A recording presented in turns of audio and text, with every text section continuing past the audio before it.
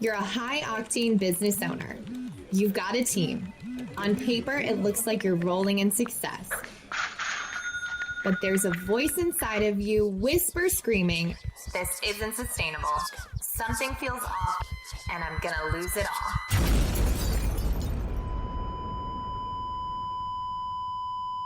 Sound familiar? That's where I come in.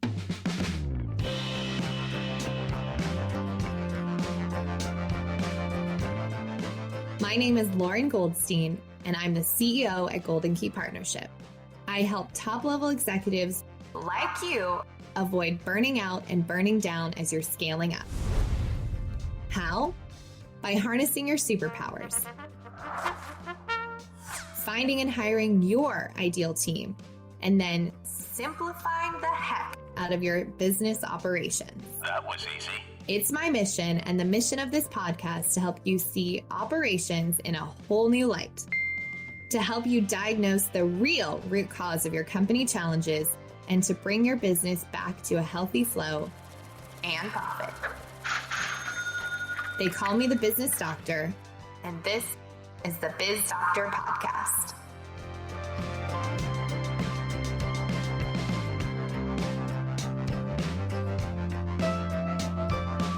Welcome back to the show. I'm so excited about today's show because I have special guest Hillary Weiss, and we are going to jam on something that I see stop a lot of female business owners from having a bigger impact, myself included, which is imposter syndrome and playing small. So stick around if you want to know how to break up with this bad boy for good. On today's episode, we're going to talk about the entrepreneurial roller coaster, what it takes to be successful, how to outwit the devil of imposter syndrome, and how to step into the spotlight and stop playing small with your brilliance. It's going to be an episode you do not want to miss. Now, this episode is especially close to my heart because I am lucky enough to not only be friends with this brilliant lady, but I've had the pleasure of experiencing her brilliance firsthand as a client with her amazing power position service. Because I realized not that long ago just how much my imposter syndrome was keeping me stuck. But before we dive into today's juicy goodness, let me properly introduce my expert guest, Hillary. Hillary Weiss is creative director, positioning coach, and founder of Statement Piece Studio and HillaryWeiss.com. She's also the co-host of cult favorite YouTube marketing talk show, Hillary and Margot Yell at Websites, #HamYall, which I just have to say is one of my very favorite things on the internet, so go check them out. And has had her work featured on Business Insider, The Next Web, The Observer, and more. Since 2011, she's helped thousands of brands all over the world get seen and heard and make serious cash through her one-on-one client work, writing, coaching, and videos. Nowadays, she's on a mission to help more small businesses to find their statement piece, aka the bold point of view that makes them radically relevant to their perfect people. Bottom line, y'all, she's a badass boss lady making waves, and I'm so honored to have her on the show. Welcome, Hillary. Oh my gosh, what an intro. Thank you so much. I'm so excited to be here. And thank you so much for mentioning our work together. It's such a pleasure to work with you. We have so much to talk about today. So when you invited me on the podcast, it was just an immediate full body, yes, can we do it tomorrow? So really, really excited to be diving into all this today. Thanks so much for having me. Of course. Thanks so much for joining. And yes, I know I've been looking forward to this episode forever. So why don't we dive right in and not keep everybody waiting? So let's talk about this entrepreneurial roller coaster. Mm-hmm. I think that sometimes with all the success we see online, it's hard to realize that entrepreneurship comes with highs, lows, and everything in between. And I think you actually have a fun way of labeling this phenomena, don't you? Do I? Do you have it in your notes? I have so many silly quips for the business, the entrepreneurial roller coaster. But one period of the entrepreneurial roller coaster that we talk about a lot is the nonsense gap, which is that last 70% of any project. But is that what you were referencing? Should we dig in there? Yes, we should definitely dig in there. But I think I saw it many moons ago. Something about emo something or other. The entrepreneurial emo phase. Yes. Okay, let's talk about that. And then we'll talk about the nonsense gap. Yes. Okay, so, can't wait. This is something I talk about with my clients a lot, and just colleagues, people I casually meet in the online business space. And I think there is this idea sometimes in business, especially when you start out and things start going well, that the line is always going to go up and to the right. But business is a lot more ebbs and flows, peaks and valleys. The tide goes in, the tide goes out, etc. Nature metaphors. But I think you kind of hit a few points in your journey that are kind of universal. And the entrepreneurial emo phase, I did a whole episode of my coach Susan Hyatt's podcast about that, where it's basically the moment when you are in business for 2 to 3 years, you're kind of making good progress, but then all of a sudden the shine starts to wear off a little bit on the industry, on your work, on who you work with, on the habits you see other people have. And this also happens especially in an industry like the coaching industry, which I'm very active in, that there gets to be frustration with like sometimes the nature of the work itself. Coaching is the example I use because it is unregulated. And there's there can be a lot of issues in the space, a lot of spaces, vulnerable people who can be caught up in difficult situations. I also work in the marketing space. So sometimes people will use marketing tactics that are not super great. And so you start looking around and you're realizing that not everything is as it seems. And so I call it the entrepreneurial emo phase because I think every business owner, especially every opinionated business owner, can start looking around and seeing what's wrong. And if they are like I was in my entrepreneurial emo phase, you start writing about it and sharing about it and pointing it out. And that's actually a wonderful tool to start conversations, to find people who think like you.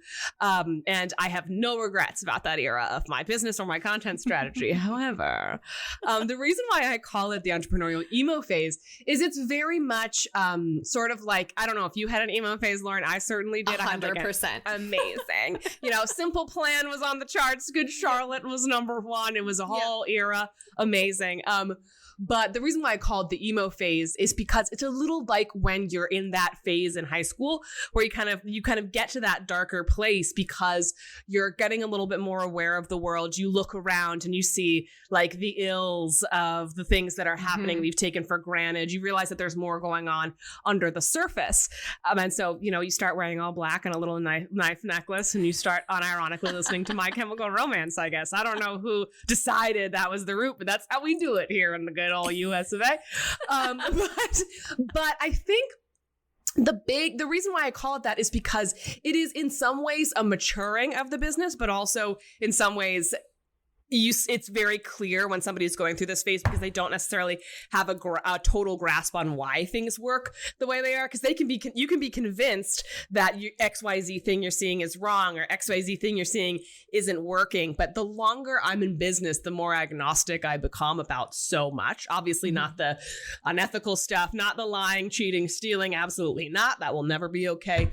But one example I like to use is when I was in my entrepreneurial emo phase, one thing that I used to rail about a little bit was how many emails people would send during a launch sequence. And I was like, yes. And I'm a copywriter. I don't know why I took that route. I was doing more website copy at the time. Email wasn't as big. This is like probably between 2014 and 2016. So people were just starting to get wise. But I was like, why are these people sending so many emails? Why am I writing so many emails for these launches? If the product is good, you don't need to send so many emails. This is so frustrating. And of course, I had no idea what I was talking about, but I was very convinced I was correct. And it was one of those moments where it wasn't until I had to step up to the plate and start doing this work for myself to sell my first course, my first program, my first thing that wasn't one-to-one service, basically exchanging deliverables for dollars.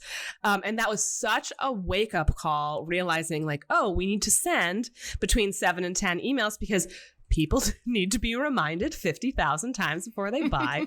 They need a lot of information. This is just how buyer psychology and human psychology works. And there are some big things that I hold the same opinions on, but I've shifted so much in my understanding of business, having been in both chairs now, having been the creative service provider and contractor, because I was a copywriter for 10 years before I was doing the work I do now, and switching into that role of being the CEO. And I know this is something you help people do so beautifully, Lauren. Really moving into that space of, okay, I'm actually creating things for people. I have an audience I need to sell to. What actually works? And so often the stuff that you see in your emo face that you're like, why are you posting so much? It's annoying. Have no relevance to the overall purpose of business, which is to make money, and I think it has no, like, your opinions on how people might be perceiving things or how you perceive things from the outside can differ so much from what's actually happening in the business. And you see this on both sides of the coin, right? Sometimes you see people who are like, we're doing 7 figures, and they're making no profit and they're spending every dollar that they have. Or you have people or you look at somebody who's like, man, they always post XYZ. It's annoying, not for me. And they're making tons of money, helping so many people with their little janky whatever it is. So you realize, I think, the more in the roller coaster of business, so many times you don't know what you don't know. And you can make your best guess, and you get more discerning and smarter about it as time goes on.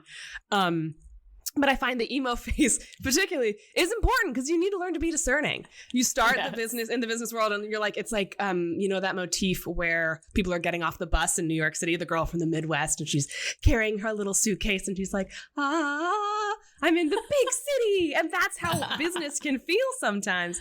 But then as you become more discerning, you figure out what you like, what you don't. And then as you continue to mature in your business and in your experience as a CEO, as an entrepreneur, you release judgment a little bit, but you also start to say the old adage that frustrates so many people when they're talking to a seasoned marketing strategist, which is, should I do XYZ? And their answer is always, it depends.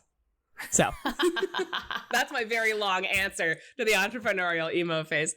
I love that. And that's like such a good segue into the nonsense gap. Oh, yeah. Right. You want me to talk about the nonsense gap? Yes. The nonsense gap, I find. So what I don't think entrepreneurs get lauded as courageous a lot, but I don't think people realize how much courage and stamina it actually takes to execute on something, particularly because the longer you are creating content, products, programs, offers in your business, the more you start to see your own patterns. The imposter, it starts with the imposter syndrome, and you have to be like, no. And you get about 70% through the project. You're almost there. You just have a few more things to tie up, or like a few weeks till launch.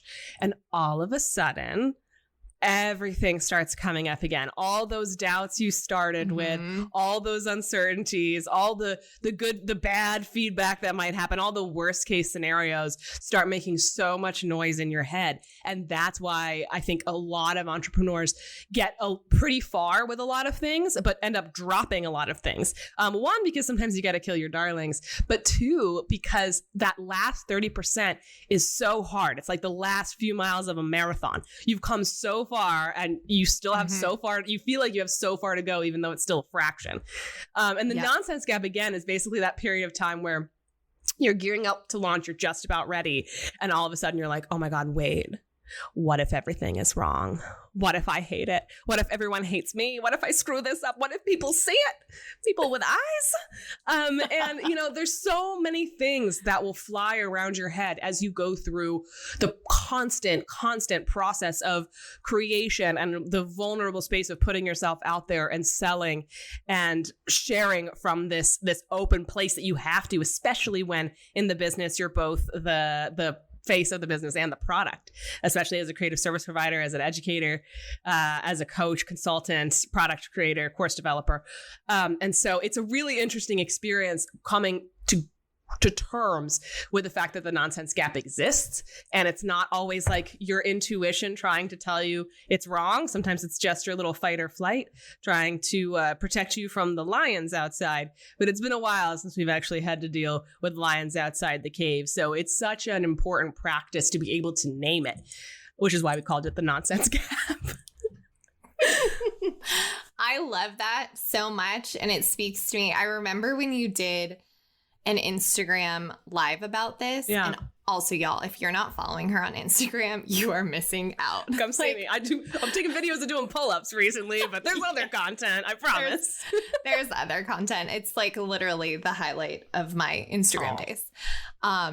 But I remember when you started talking about this, and I was like, oh my God, that's it. That's why I've been secret launching for years. Yes. That's the other thing. Like, the nonsense scam will make you pull the punch. And that's why you have people who are like, I'm going to launch it, or they get 1 or 2 days in and there's no sales, or not the sales they expected, so they pull it. So much of entrepreneurship is having that stamina to take it across the finish line. And sometimes, like, yes, there will be some things that, like, it doesn't work out and you, like, quickly close the doors and you're like, no one saw that. But overall, you need to be in the practice of finishing what you start in business. And that's really what separates, I think, the women from the girls in so many cases. Because also, if you think about launching as an experience, just as an experience, not even as like a sales push, you know, the first time you launch something in public, it's often, you're not going to have your highest sales on that first launch usually. You know, it's brand awareness. It's a chance for people to get to know that you even offer this thing. It's a chance for you to explain the theory behind it and all that good stuff. And so you have to do things over and over and over again. It's usually not till at least the second or third launch that you really start to master how to sell this, how to frame it. The product has to go through a bunch of rounds before you can really get it into fighting shape so it works for the people taking it. There's so much that needs to be tested, tried, and iterated. And I think when we envision ourselves as entrepreneurs, sometimes we have this extra expectation that we're just going to poop out perfect things all the time. And there's just never going to be a moment where we fail people or screw up or need to improve something. And so if that happens, which inevitably it will, because if you are in the creation process that entrepreneurship requires, like, of course there's going to be stuff that works and stuff that doesn't. But I think especially women, because of this, the imposter syndrome we all struggle with, we take that as a sign that we shouldn't be here or something is wrong. When in reality, it's actually you're doing everything right. You're getting exactly what you need, which is the data about what works, what doesn't, what does your audience actually want, so you can continue to refine. I love this so much. I know this is where the term launch and learn came from. and it sounds like, so one of the things, you know, that as a recovering perfectionist, I love to get ready. You're a list maker? Yeah. I'm a list maker. My to-do lists have to-do lists. Yep. Yes, exactly. Just they need backup. Yeah. And so, like, it sounds like the way to, like, kick this sneaky double imposter syndrome out the door is to actually just really start launching and learning and getting the data and not being afraid of that other F word, feedback, because that's actually how you're going to create something that's even better and is going to serve your audience. Like, what other ways have you seen to be really effective to, you know, just take this imposter syndrome and shove it out the door with all its luggage? With all of its luggage. The first thing, I think the most useful piece of advice I ever got is that the imposter syndrome voice never goes away, but it does get quieter. And I think we did a Hamya episode on this ages ago. And the agreement we came to was that the only way out is through with imposter syndrome. And I think the big challenge, especially because it's such a topic of conversation in the women's space, some people can get so absorbed with talking about their imposter syndrome and thinking about it and trying to work around it. And like, it's always at the forefront that it takes over. And it's one of those things that the more power that you give it, the more power that it has, which seems obvious. But I think that a lot of, again, women in particular, when thinking about their imposter syndrome or taking it as an item of consideration in the overall progress of their business, of their creativity, of their career, I find that it can be there's a little bit of romance in being like, oh, I couldn't possibly, my imposter syndrome. Well, no, I'm just very I'm a very special flower. I'm a very delicate flower, and my imposter syndrome is much louder than everybody else's.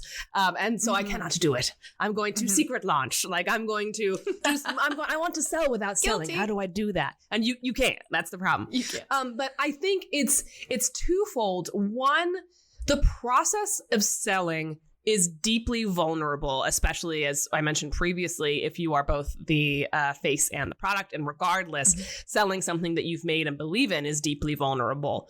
And I think again, if we take the stance that vulnerability, the imposter syndrome, the nonsense gap, the doubt isn't a bug, it's a feature.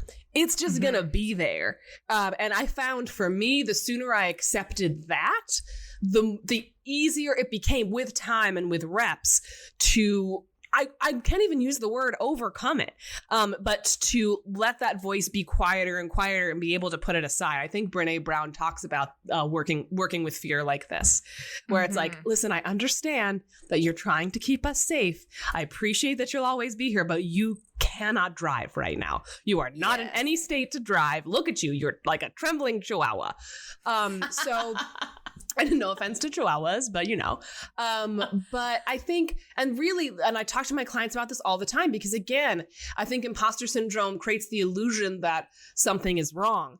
But it's just a part of the process of being in that vulnerable space of selling, of showing up in your content, of being present, of sharing your ideas. Like anything, it's easy to feel like, oh, it's so much fun to get out there and like do this in a public space and blah, blah, blah, and do it on social media. Isn't it great? And it is. But you reach that point, I think, when you start to do it, where you realize that you're like, oh no, I'm up on stage and everyone's looking at me. Even if they're not. But that's that like cold splash of water on the back of your neck that you're like, oh no. And that's where a lot of people stop, because they feel like no one else is feeling that feeling, that it's a warning that they shouldn't be here or don't belong here. And that is so the opposite of the case. And really, to the point Margot and I made, so many years ago, really the only way out is through. And I think that's the meanest part of the whole experience of imposter syndrome, because unless you grit your teeth and work your way through the swamp over and over and over until you know where that swamp is on the map, and you can be like, all right, swamp's coming up, like put my bags on my head, let's go. Until you do that over and over, until you choose in to working with that imposter syndrome and willing to be with it and let it go quieter and quieter as you build the data to prove for yourself that your work is worthy, that people want what you have to give, that people are interested in what you have to say, then, only then, can the imposter syndrome voice get quieter. And you also have to give it space to, because I think especially when you're prone to anxiety, sometimes you can go fishing for that imposter syndrome. I know that's my problem, where I think I likened it to stabbing myself in the leg mentally, because I'm like, wait, if I don't feel the imposter syndrome, if I'm not a little bit terrified, am I still going to do a good job? And that's the next, I think, iteration, once you learn to dance with imposter syndrome and fear itself, is to sort of drop it as an indicator that you've tried hard enough. And that's the practice that I'm in now, is letting myself be confident, is letting myself trust myself. And it's taken, 11 years to get here. Hopefully it takes everyone listening a lot shorter amount of time. It doesn't have to take you over a decade. But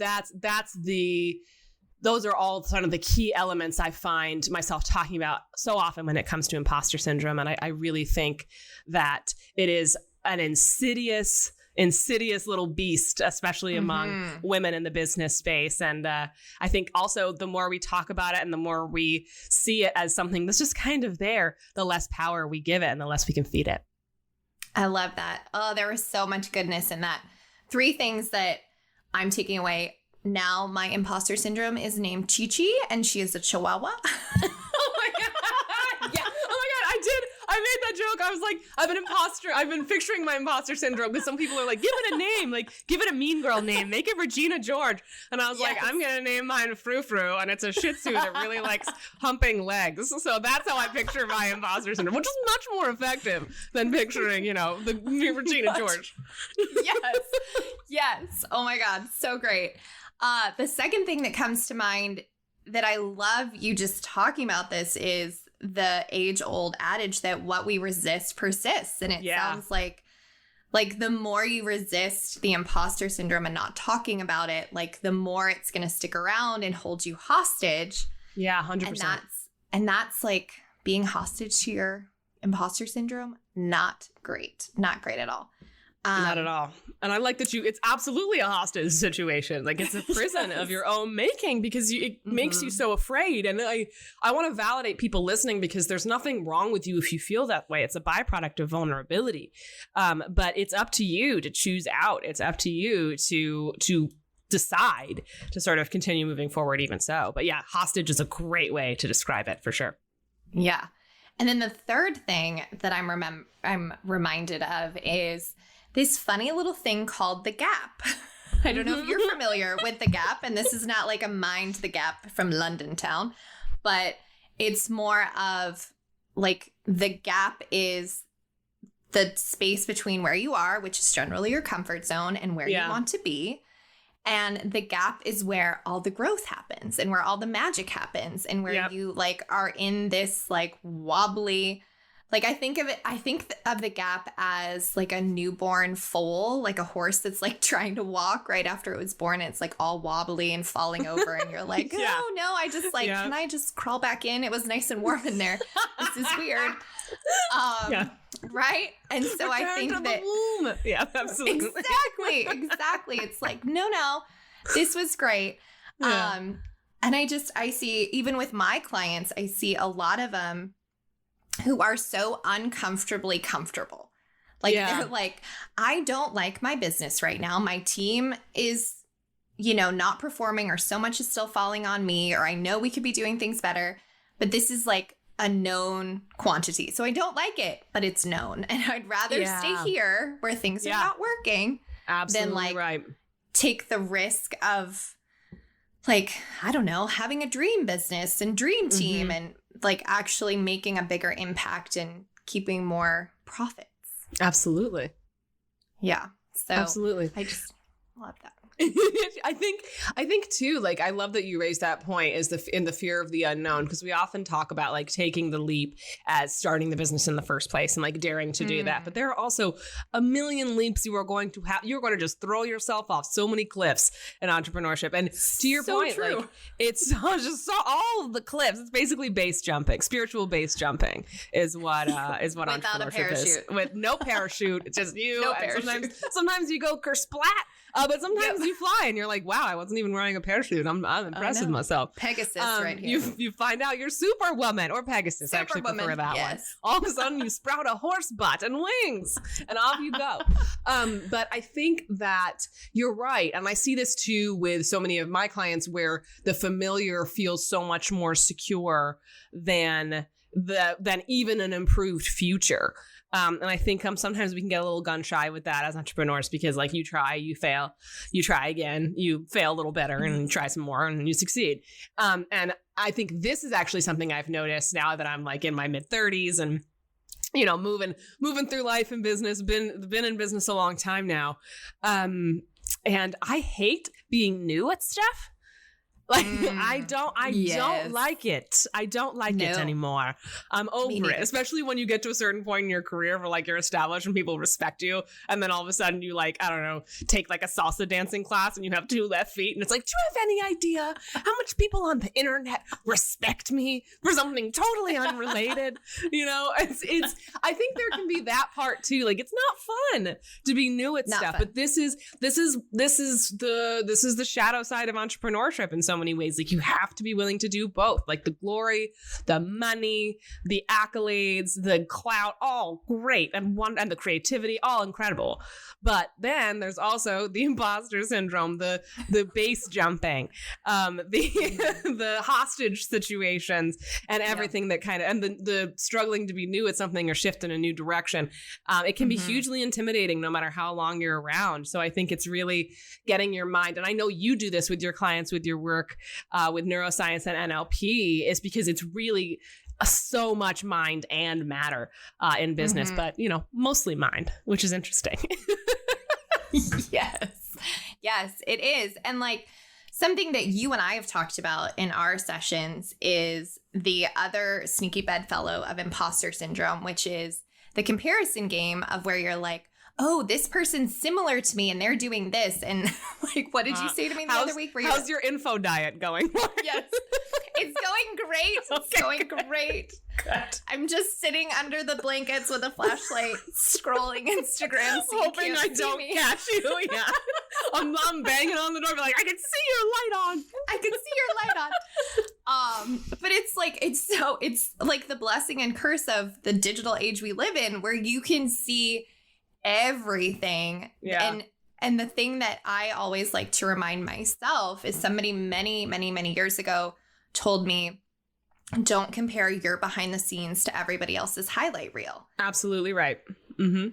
And something that I'm a little bit soapboxy about is like when somebody's like, oh, I have a 7-figure business. I'm like, great. Is that like gross or net? Like, what are we talking about here? Yeah, exactly. Like, if you're going to come brag to me on the internet about how you had a 7-figure launch and you took home $10,000, that's not impressive to me. But if you had a 7-figure launch and took home like $700,000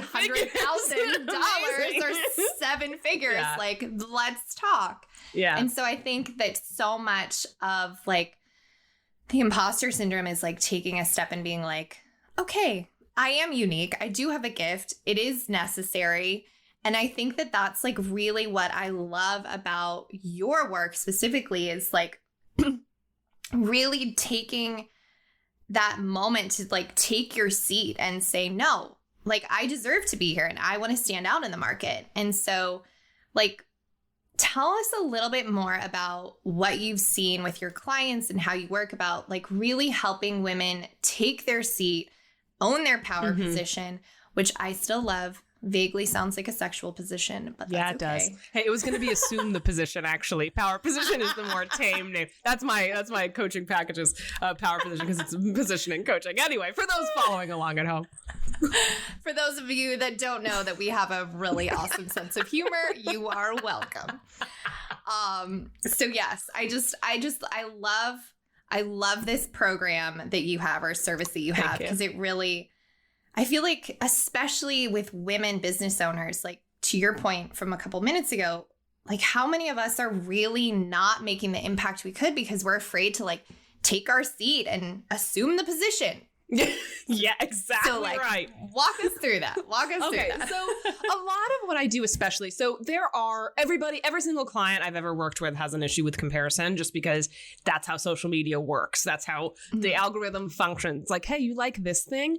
What about somebody doing it even better than you? Would you like that? Oh. Would you like to see that? Would you like to feel worse about yourself? Yes, I'm going to heart it anyway because there's, oh God. Oh, so there's the thing about social media, to your point, absolutely. And everybody like that adage is so valuable that don't compare your behind the scenes to someone else's highlight reel. Absolutely. But we still do it. And there we are. Do it. So I find one of the things I find myself telling a lot of clients is they have to prune who they're following. Like all of those people who make them feel, and the other problem is I think a lot of women, because we are nurturing beings, so to speak, I suppose, we're like, well, I don't want to unfollow them. It's my problem. It's not them. Like they're not doing anything wrong. And to their point, that's true. But it's so important to get really ruthless about your digital environment. And this is something I figured out a couple of years ago. This was actually my coach, Susan Hyatt's advice from her book. And I remember she was like, get rid of anything in your environment that makes you feel like crap. Except she didn't say crap, but Marie Kondo that. Yeah, exactly. And so I remember going through, I started with my desk and I got rid of a bunch of like business books that I'd never read and was feeling, every time I looked at them, I felt so guilty because I was like, I'm not a businesswoman because I'm not reading the businesswoman books. Who am I? Donated all those suckers to Goodwill.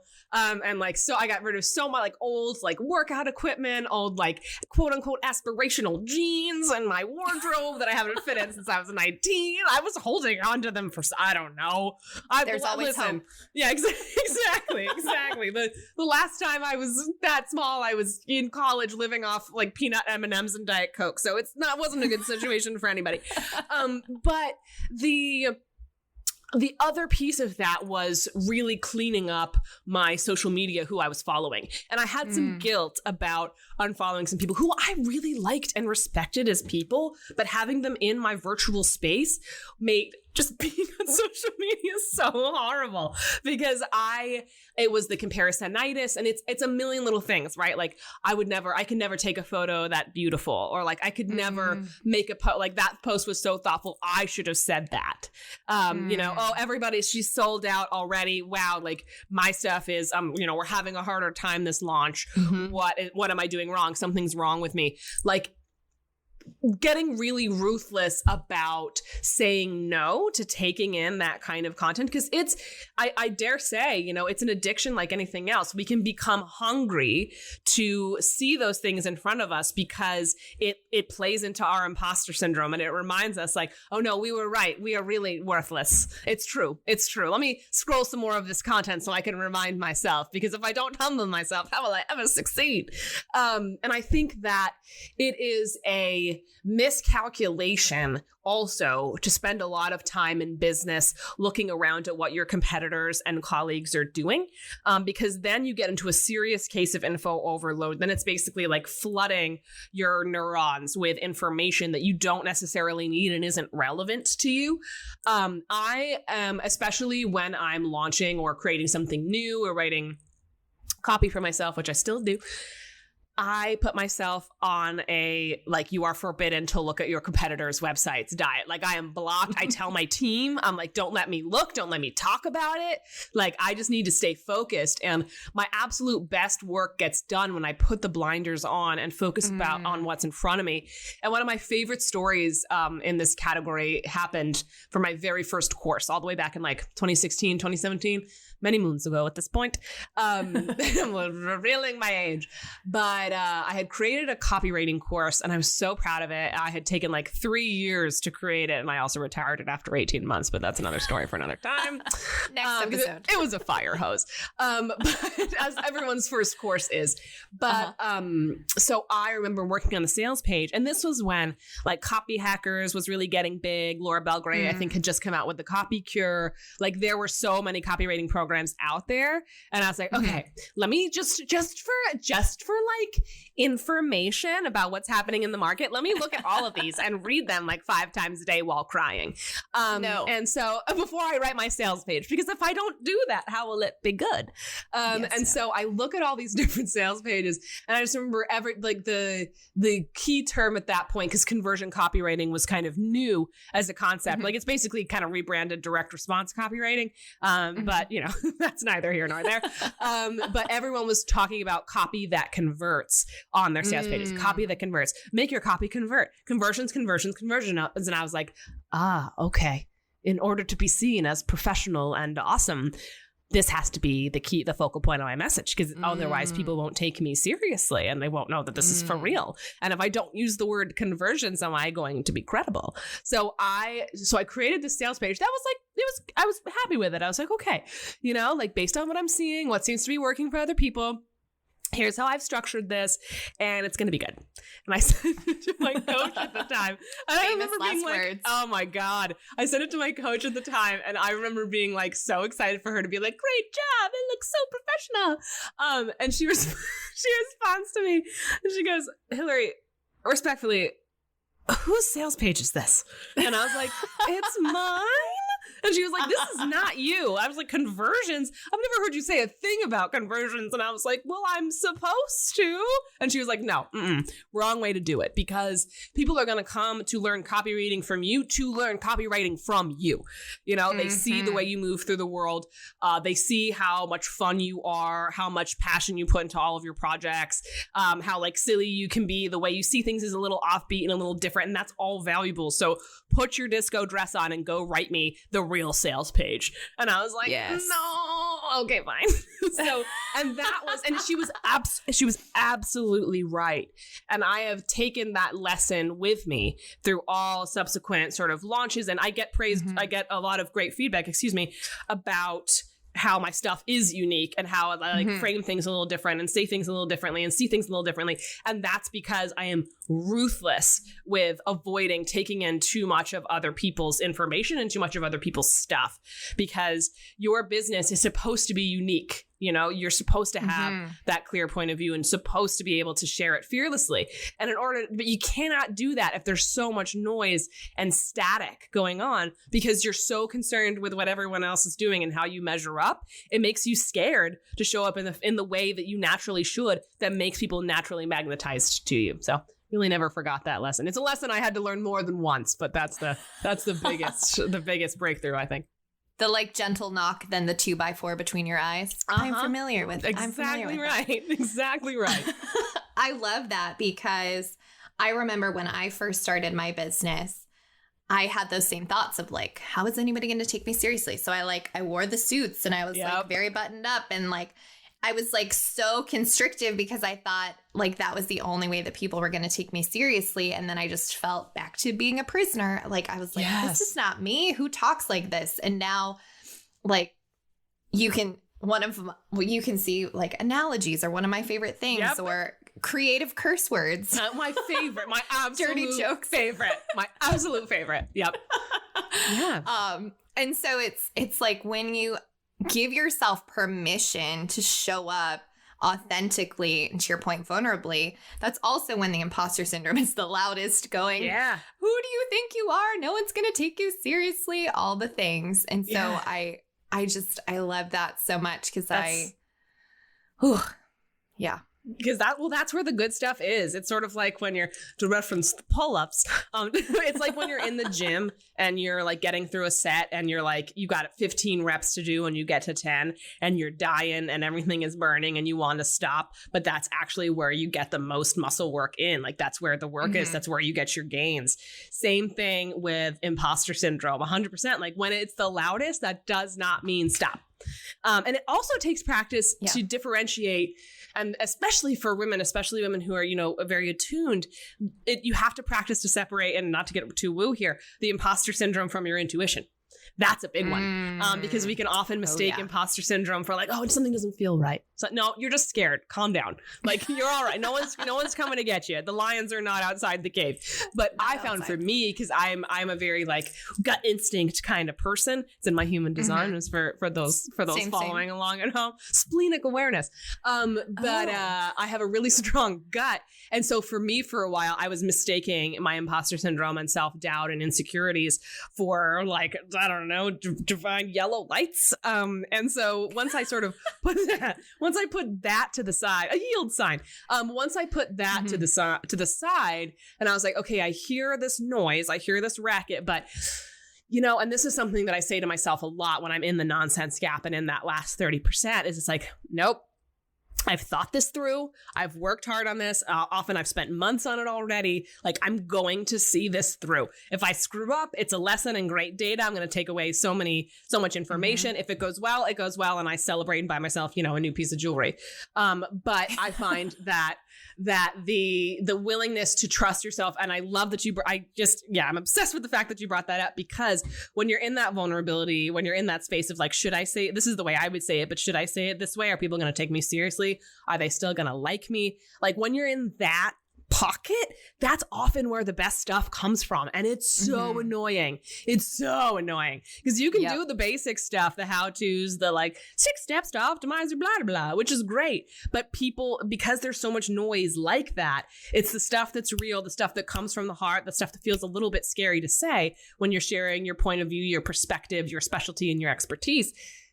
That's where the magic is. So you have to be willing. You have to learn how to live in that little pocket. Bring your little like comfort blanket and French fries, but you got to go in because ultimately it's not. I had a mentor who once said, your business is what you do, but your brand, which is what everything we're talking about here encompasses, your brand is what makes you different from everybody else doing exactly what it is that you do. And learning to master, and that's so much of what we do in Power Position, learning to master what that space is and looks like, and then how to share it, how to talk about it, how to frame it.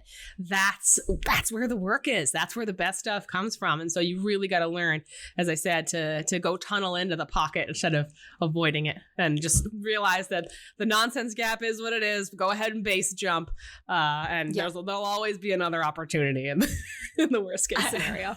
I love that. And I think when we were chit-chatting and planning for this episode, you were talking about sometimes we think that we have to be the biggest, the loudest, the boldest, the funniest, but what you're driving home is that to make your mark, you have to be yourself, because that's when you're going to find the people who want to work with you. Because if you're pretending to be Laura or any other copywriter, and then they say yes to you, and then they're expecting this experience and they get something different, like that's where I see a lot of like friction points. And one of my favorite quotes is unshared expectations are nothing more than premeditated resentments. Yeah. And so when you're talking about yourself and you're presenting yourself authentically and vulnerably, then the chances that your clients' expectations about who they're going to be working with and who you're going to be showing up for them are going to be aligned.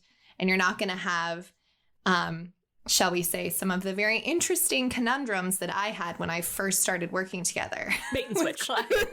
Bait and switch. Bait and switch. That's what it is. Yeah. Yep. Yeah, and I think exactly the most annoying advice in the branding space is like, just be yourself. It's like, okay, what does that even mean? How do I do that? What?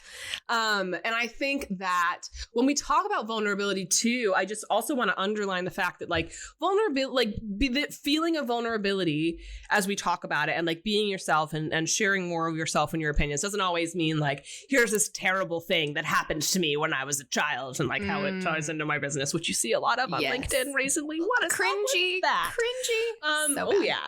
But I think like the act of presenting your ideas, period, whether it's a joke, whether it's a story, whether it's a vulnerable share, like literally a vulnerable share, that is all a vulnerable space. You know, that is all a little snippet of your personality. And when I think about encouraging people to show up as themselves, that is a practice.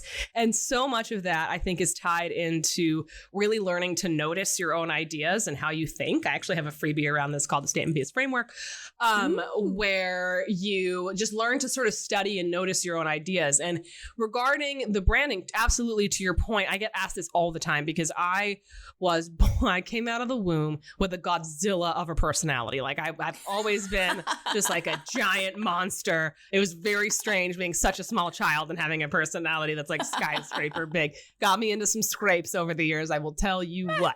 But yeah, most notably, when I was 3, my family was this is a side story, my family was at the fair and I apparently like jumped out of my stroller to go and talk to like the carnies running the duck hunt, and they couldn't find me for like 20 minutes. And I was just there in my diaper, just like elbow on the little bar, like having a chit chat. Anyway, so I have a big personality, and I think a lot of people, when they come and talk to me about branding and have questions about it, they want to sort of emulate the like big energy stuff that comes naturally to me.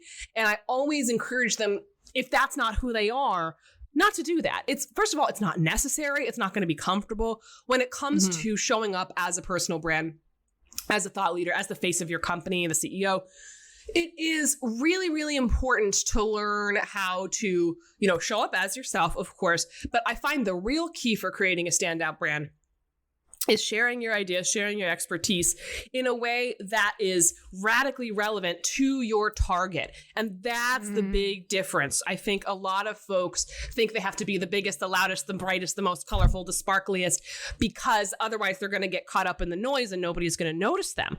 But if you think to yourself about your favorite brands, some of your favorite people online, or some of your favorite companies and brands, period, not all of them are the ones like banging the cymbals and like, doing the clown show. They're just not. Like, that would be exhausting to follow everybody like that as a clown show myself.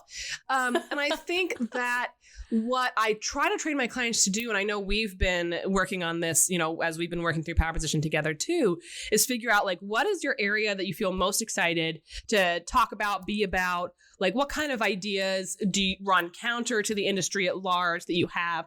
What is the stuff that really lights you up? What's the stuff that you're like, if this was banished from the earth tomorrow, it would be too soon? Like, all of that matters, because that's how you be yourself, is learning to notice those ideas, those opinions, those points of view, and then figuring out how to frame them for the people that you most want to work with.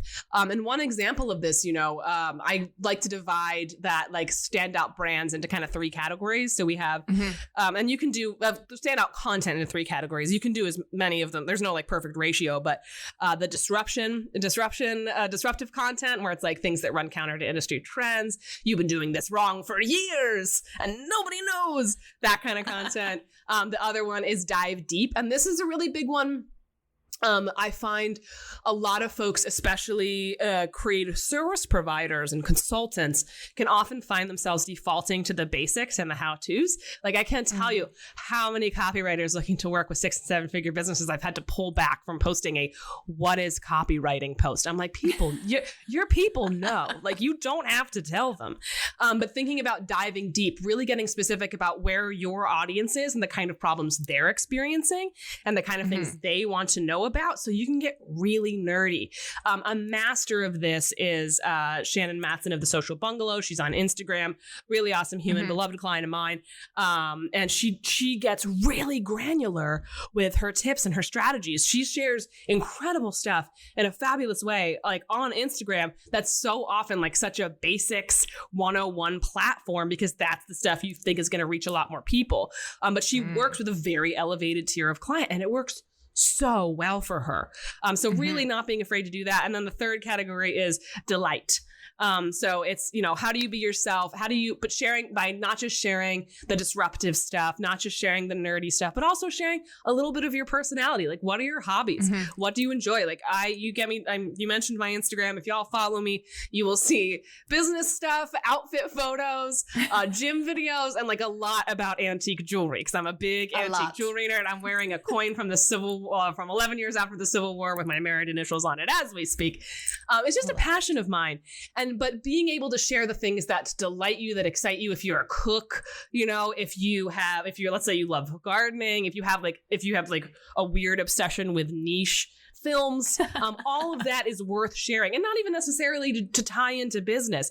It's worth sharing because people want to get to know the person behind the business. It gives them a chance to get kind of a window into more of who you are as well. So when we say just be yourself in your brand, that's, and you're like, what does that even mean? That's a way that I like to break it down for people. And not every post has to be like, let me reveal myself to you. But mixing those in is how you start to create a standout concept and a standout brand. And that's how, again, sharing that kind of stuff always through the lens of what's most relevant to your target is going to be what stops the scroll, not necessarily the biggest or the loudest. Like, think about if your target market is scrolling LinkedIn, what would be a miracle of a headline for them to see in a post?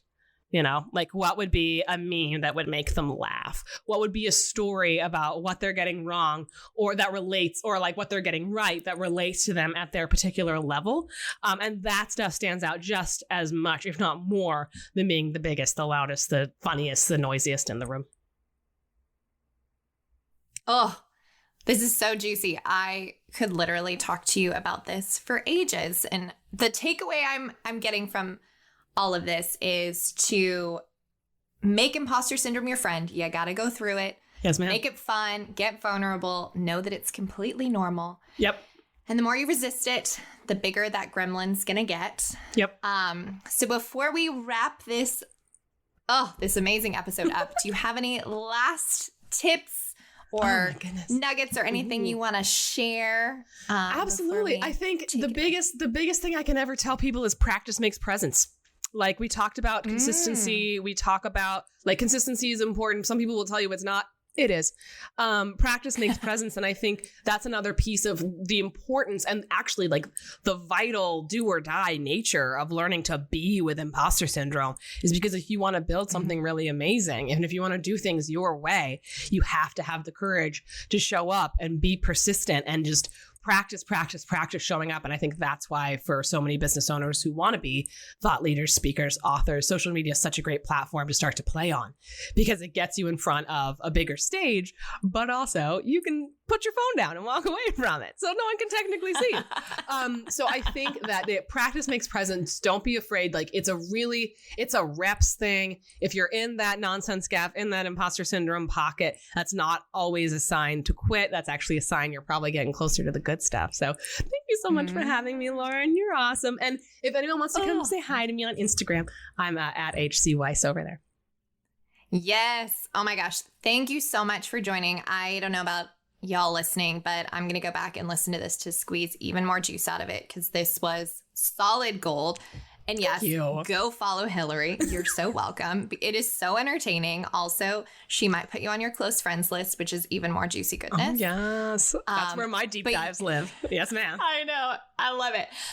You did mention a freebie that you have to help people with some of these things. So you want to just do a quick little intro, and I'll drop the link in the show notes. But do you just want to tell them what that is? Absolutely. So I'll tell them where to find me, where to find that. So perfect. I'll put on my radio announcer voice. I do this at the end of every podcast. If you ever listen to any of my other podcast episodes, I'm going to do this on every single one. It's my favorite dad joke. All right. Radio announcer voice. Go. You can find my freebie, the Statement Piece Framework, over at HillaryWeiss.com. That's www.HillaryWeiss.com. HILLARYWEISS. It's on my homepage. It's on my homepage. It's as a pop-up. And it's basically an idea generation tool for creative entrepreneurs who want to create more standout content, who want to, as I was saying before, like study their own mind, figure out what their own ideas even are. Because to your point about always taking in so much more outside information, the real valuable stuff is when we get quiet and start to notice our own ideas. So that's what that freebie's all about. Go grab it. Yay. Come say hi to me on LinkedIn, Facebook, Instagram. If you are on any of those platforms and you liked this episode, I would love to hear from you. Go ahead and drop me a DM there. I always love meeting people. I run all my own socials, and I always love connecting with new folks. So I'd love to hear, one takeaway, something you loved, or maybe something you hated about the episode. Come say hello. I'm on Instagram at HC Weiss. That's where I spend most of my time, and I would be delighted to meet you. And Lauren, thank you so much for having me. This was so much fun. Of course. It was so much fun. And that is it for this week's episode. Thank you so much for listening in. It's because of listeners like you that I embarked on this podcast journey. So I would love to hear from you and your biggest takeaways, or as Hillary said, anything you didn't like. So make sure that you're following along. Tag me on Instagram at It's Lauren Goldstein, or LinkedIn, or wherever you hang out on the interwebs. Thanks again for listening, and we'll see you next week.